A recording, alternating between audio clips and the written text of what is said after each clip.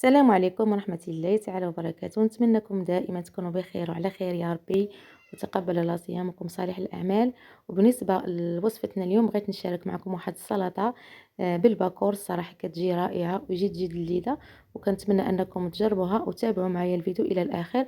غندوزو على بركة الله. بالنسبة هاد الباكور هو هذا كيكون هو داك الكرموس اللي كيكون في المرحلة ديالو الثانية، يعني كيكون باقي ما كونش ديك الحليب اللي كيكون في الراس ديالو. الصراحه هذا راه جد صحي، وكيكون الثمن ديالو مرتفع شويه. يعني هاد اللي كيكون في المرحله الثانيه كيكون الثمن ديالو كيتراوح حتى 30 درهم الكيلو. صراحه كيجي رائع، وغنشارك معكم الطريقه ديالو ان شاء الله. كما كتلاحظوا معايا انا غسلته بالخل، يعني كتشدوه كتغسلوه 3 المرات، وكتغسلوا المره الاولى بالخل، وكتقطعوا داك الراس ديالو الفوقاني وكتشدوها كتقسموها على 4 على هذا الشكل.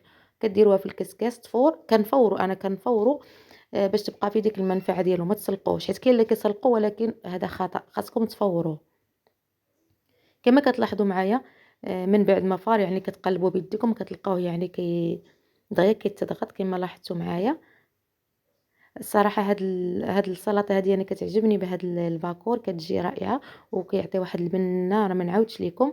هو الشكل ديالو بحال شكل الزعلوك ديال هادو. هما التوابل كنحتاجو فيها بين ميكس بين القزبر والمعدنوس، وواحد نصف ملعقه ديال الهريسه، الزيت البلديه والزيت الروميه، وكنحتاجو هنا شويه ديال السكينجبير، شويه ديال الكمون، وشويه ديال الخرقوم. ومن طبيعه الحال كنحتاجو واحد شويه ديال الملحه. بالنسبه كنحتاجو هنايا الهريسه ما تكثرش بزاف، يعني كما قلت لكم ديروا غير نصف ملعقه.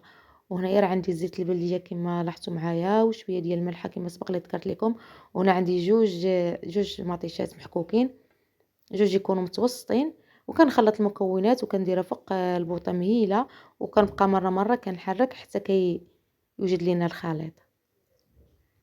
وبالنسبه للحامضه يعني حتى الاخير عاد باش عصروا نصف حامضه، او قسموها على جوج وضيفوها هكاك.